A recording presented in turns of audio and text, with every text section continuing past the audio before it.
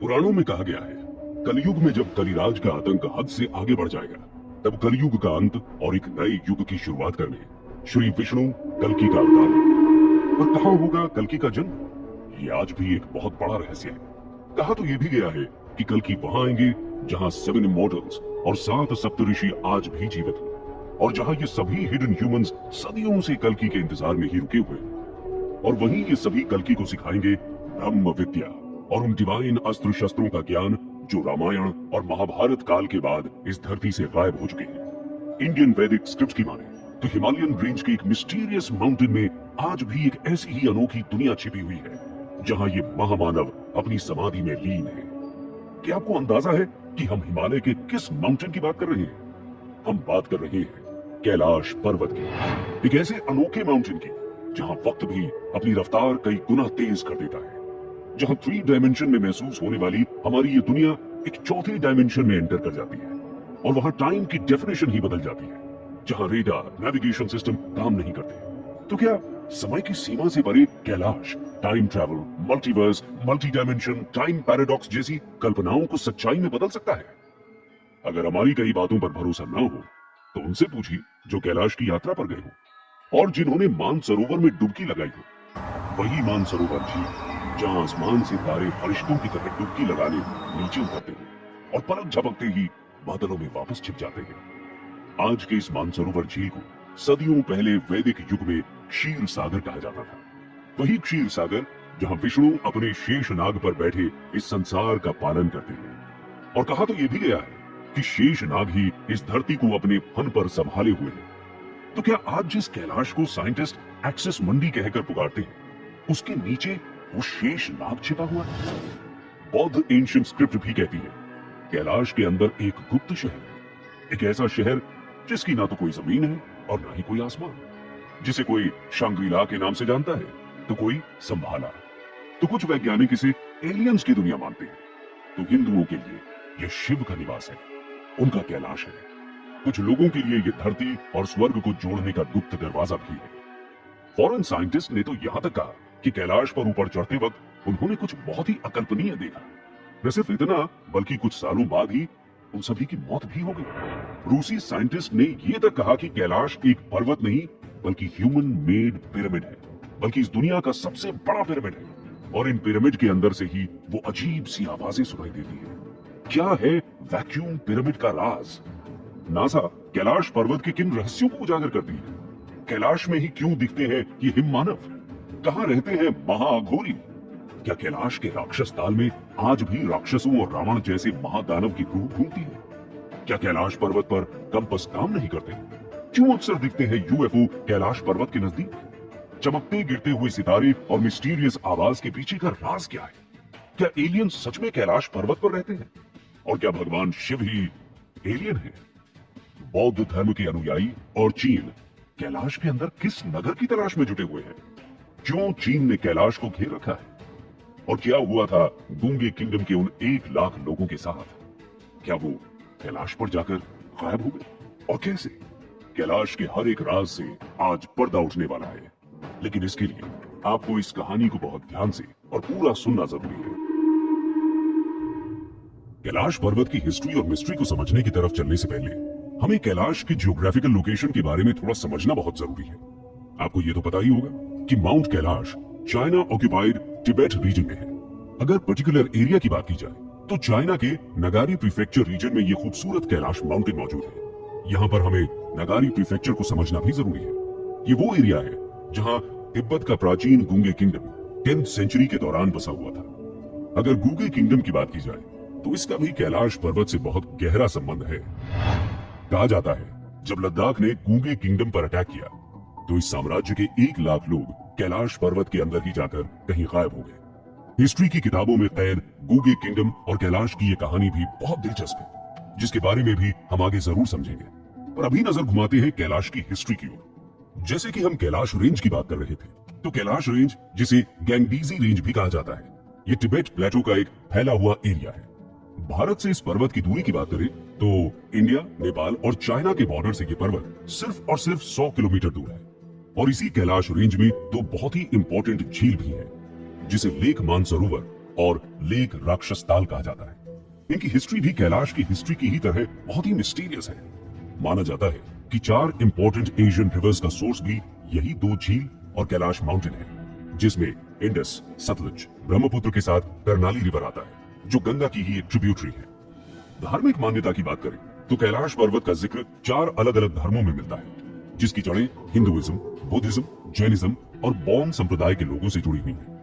इन 4 धर्मों के इतिहास में कैलाश पर्वत का जिक्र हमेशा से किया गया है। तो चलिए इन 4 धर्मों के नजरिए से कैलाश पर्वत के इतिहास को पहले समझने की कोशिश करें। अगर कैलाश पर्वत के नाम को समझने की कोशिश करें तो कैलाश शब्द संस्कृत का एक शब्द है, जिसका मतलब क्रिस्टल होता है। तिब्बत इंग्लिश डिक्शनरी की तरफ नजर घुमाएं तो भी कैलाश शब्द का मतलब क्रिस्टल है, और इसका ओरिजिन संस्कृत से ही बताया गया है।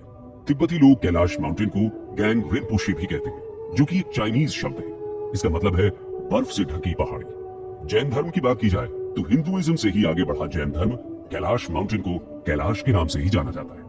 अब बात कर लेते हैं बौद्ध टेक्स्ट की। बौद्ध रिलीजन में कैलाश माउंटेन को स्वास्तिक पर्वत के नाम से भी जाना जाता है। कैलाश रेंज के आसपास रहने वाले लोकल लोग इस पर्वत को टाइस माउंटेन भी कहते हैं। कैलाश के बारे में बेसिक जानकारियां तो आपने जान ली। अब चलिए इसके इतिहास को अलग अलग धर्म के हिसाब से समझने की कोशिश करते हैं। चलिए फिर बात करते हैं हिंदुइज्म की। हिंदुओं के सबसे पुराने वैदिक टेक्स्ट ऋग्वेद में भी हिमालयन रेंज की बात की गई है, जिसमें हिमालयन रेंज के अंदर कई पहाड़ों का जिक्र है, जिसमें से एक कैलाश भी है। वैदिक काल में शिव को रुद्र कहकर बुलाया जाता था। यजुर्वेद में भी रुद्र का जिक्र मिलता है और उनके निवास के रूप में कैलाश पर्वत का नाम वेदों में भी दर्ज है। त्रेता युग की बात करें तो रामायण काल में रामायण के उत्तरकांड में कैलाश पर्वत को लेकर एक कहानी मिलती है, जिसमें बताया गया है कि एक बार रावण चाहता था कि भगवान शिव उसके साथ उसकी लंका में जाकर रहने लगे। उसने भगवान शिव को कैलाश में जाकर बहुत मनाने की कोशिश की, पर जब शिव नहीं माने तो रावण ने कैलाश पर्वत को जड़ से उखाड़कर लंका ले जाने के बारे में सोचा, और कैलाश को जैसे ही वो उखाड़ने लगा, भगवान शिव ने अपना अंगूठा कैलाश पर्वत पर हल्के से दबाया और रावण की उंगलियां कैलाश के नीचे दब कर रह गई। यही वो समय था जब रावण ने शिव की भक्ति और अपने दर्द के साथ शिव तांडव स्तोत्र की रचना की, जो आज महादेव के सबसे बड़े स्त्रोत के रूप में इंटरनेट में छाया हुआ है, जिसे सुनते ही शिव की एक अलग ही छवि, शिव की भक्ति और शक्ति का एहसास हर किसी के दिमाग में घूमने लगता है। इसके बाद महाभारत काल में पांडवों की कहानी में भी कैलाश पर्वत का जिक्र मिलता है, जिसमें 5 पांडव द्रौपदी के साथ स्वर्ग लोक जाने के लिए कैलाश पर चढ़ाई करते हैं। ये कहानी बताती है कि कैलाश पर्वत महाभारत काल में स्वर्ग जाने का एक गुप्त मार्ग माना जाता था। यहीं पर एक बात ये भी सामने आती है, जो आज भी कही जाती है, कि जीवित रहते हुए आप कैलाश की चोटी पर नहीं चढ़ सकते। अगर आप कैलाश के ऊपर जाना चाहते हैं तो आपको इसके लिए मरना होगा।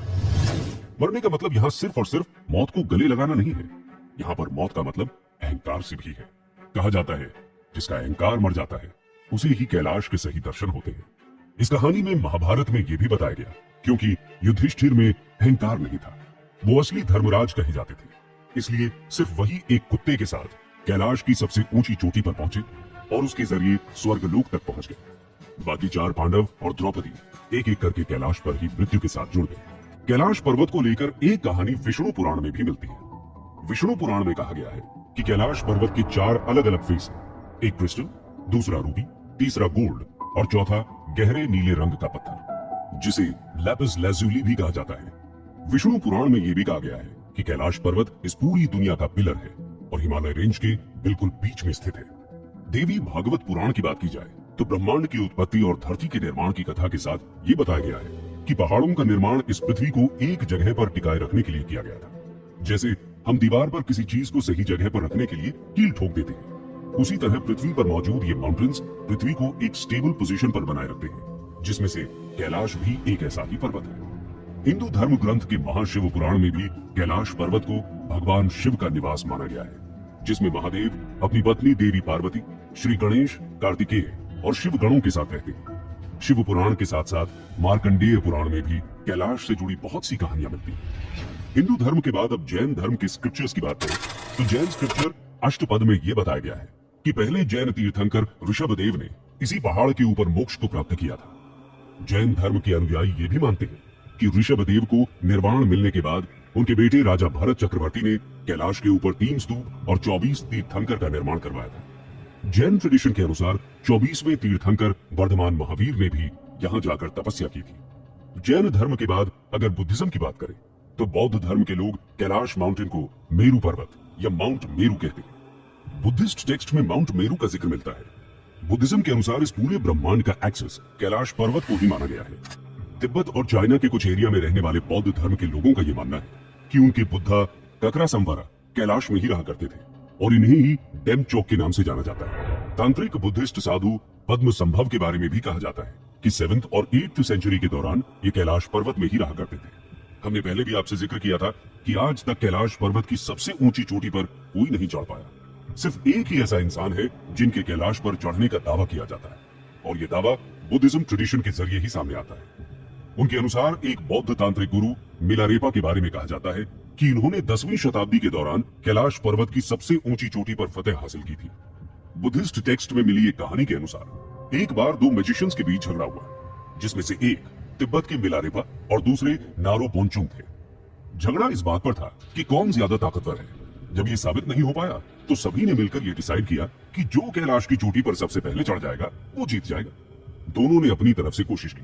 नारो बोंचुंग अपने मैजिक ड्रम में बैठकर पहाड़ की चढ़ाई चढ़ने की कोशिश ही कर रहे थे कि सभी ने देखा मिलारेपा पहले ही कैलाश की सबसे ऊंची चोटी पर पहुंच चुके हैं और वहां बैठकर मेडिटेशन या यूं कहें ध्यान में मग्न है और मिलारेपा इस तरह से जीत गए। यहीं से मिलारेपा के सबसे पहले कैलाश की सबसे ऊंची चोटी पर चढ़ने की बात भी सामने आती है, पर इसे लेकर कोई सटीक एविडेंस मौजूद नहीं है। न ही कभी महान बुद्धिस्ट तांत्रिक मिलारेपा ने अपनी जिंदगी में इस बात का खुलासा खुद अपनी जुबान से किया। लेकिन बौद्ध धर्म की बात माने तो वो ये जरूर मानते हैं कि मिलारेपा ही इस दुनिया में अकेले ऐसे इंसान हैं जिन्होंने कैलाश पर्वत की सबसे ऊंची चोटी को जीत लिया। बौद्ध धर्म से जुड़ी मान्यताओं के बाद चलिए बात करते हैं बॉन रिलीजन की। अगर आप इस धर्म के बारे में ज्यादा नहीं जानते तो हम आपको बता दें कि तिब्बत रीजन में यह धर्म पाया जाता है। ये कुछ बौद्ध धर्म जैसा ही है, या आप ये कह सकते हैं कि ये बुद्धिज्म से निकलकर ही 10th सेंचुरी के दौरान एक अलग धर्म की तरह हमारे सामने आया। बॉन रिलीजन को मानने वाले कैलाश पर्वत को एक पवित्र और जादुई माउंटेन मानते हैं और इसे स्वास्तिक माउंटेन भी कहते हैं। इस धर्म के लोगों ने ही कैलाश पर्वत को एक्सिस मुंडी का नाम भी दिया है। इनके अनुसार इस पूरी धरती का एक्सिस या कहें centre of the earth Kailash पर्वत है। तो ये तो थी कैलाश माउंटेन से जुड़ी धार्मिक मान्यताएं, लेकिन कैलाश रेंज में कैलाश पर्वत के बहुत ही पास मौजूद राक्षस ताल और मानसरोवर लेक के बारे में नहीं जाना तो फिर क्या जाना। तो चलिए इन झीलों के इतिहास और इनकी मिस्ट्री की तरफ एक नजर घुमाते हैं। अगर आप भी उन लोगों में से एक हैं जिन्हें लगता है कि दुनिया की कोई भी चीज आपको चौंका नहीं सकती, दुनिया की कोई भी खूबसूरती आपका ध्यान अट्रैक्ट नहीं कर सकती, तो एक बार आपको मानसरोवर झील के पास जरूर जाना चाहिए, क्योंकि उसके बाद आपके सोचने का तरीका ही हमेशा के लिए बदल जाएगा।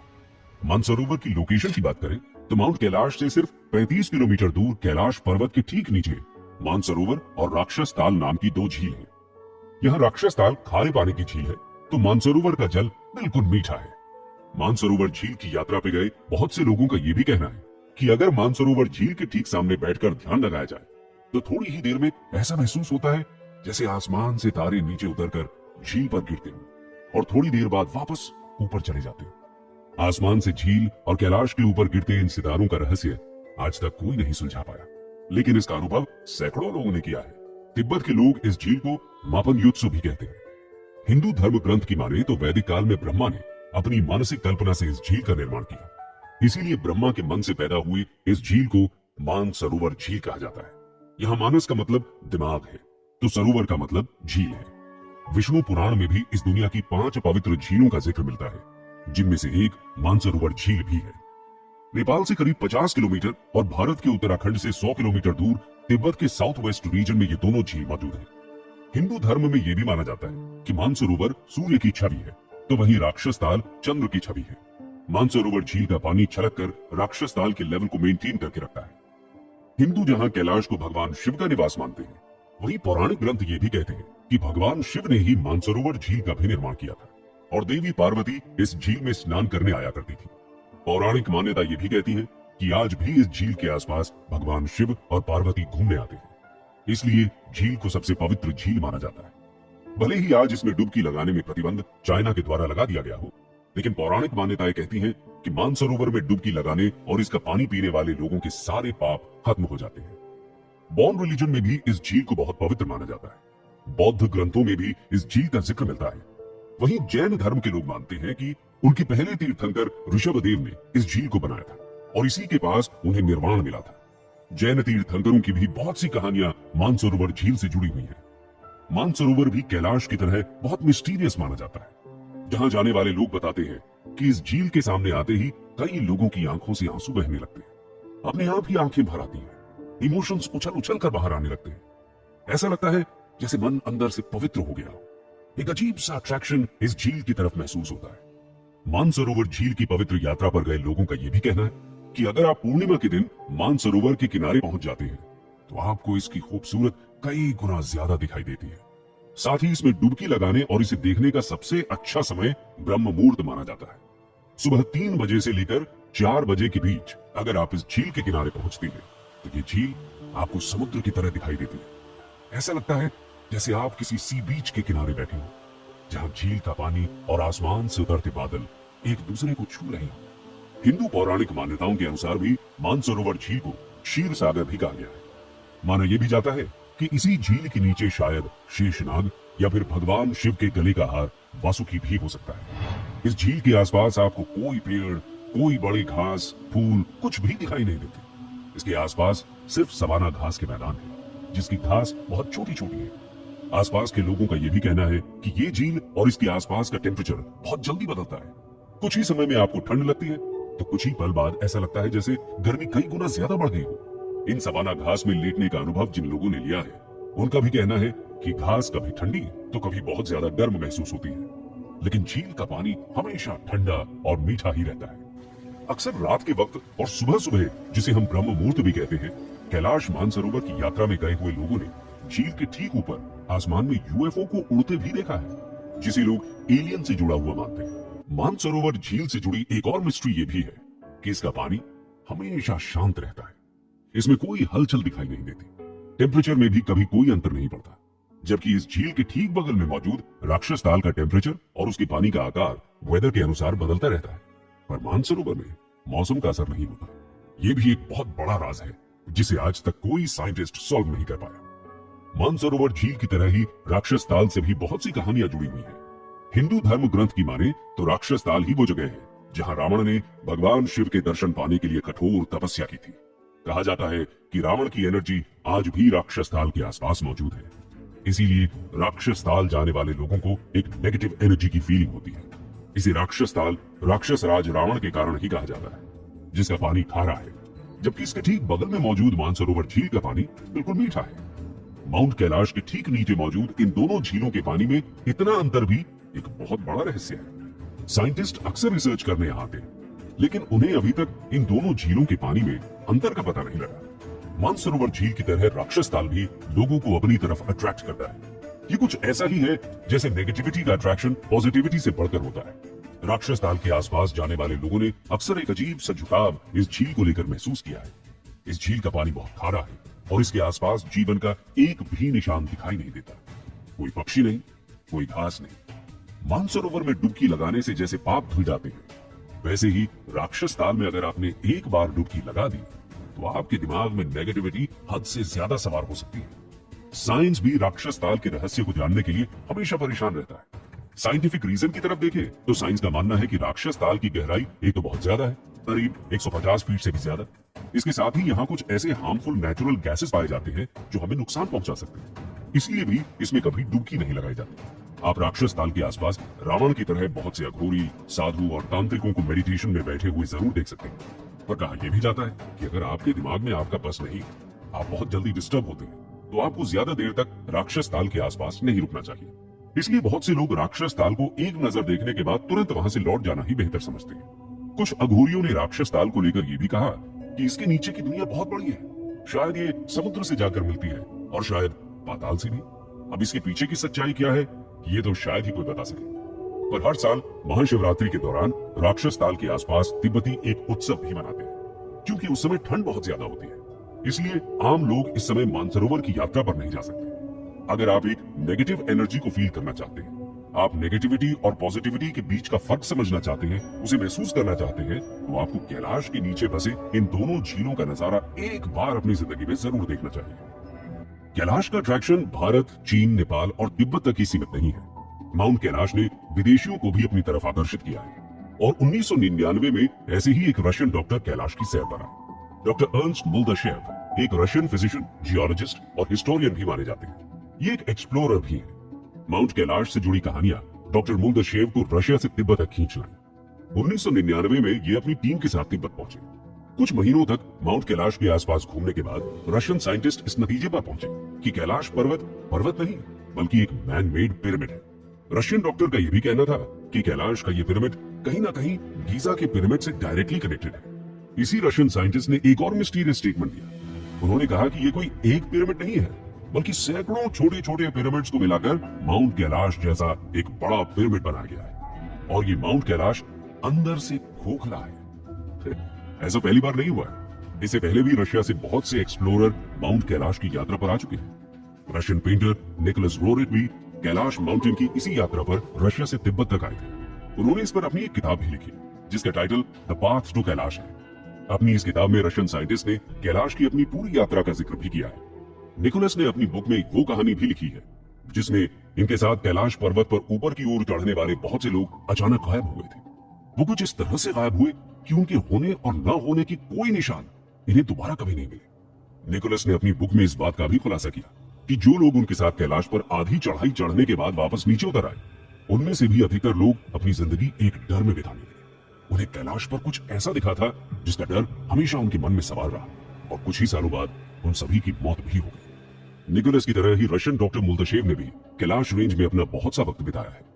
ये बताते हैं कि इन्होंने तिब्बत के धर्म गुरुओं से इस बारे में बातचीत भी की और बहुत से धर्म गुरुओं ने यह भी बताया कि कैलाश पर्वत के आसपास या उसके नीचे कुछ छोटे छोटे पिरामिड जैसे स्ट्रक्चर दिखाई देते हैं। कुछ धर्म गुरुओं ने रशियन साइंटिस्ट से कैलाश पर्वत के नीचे सैकड़ों गुफाओं के होने की बात भी की।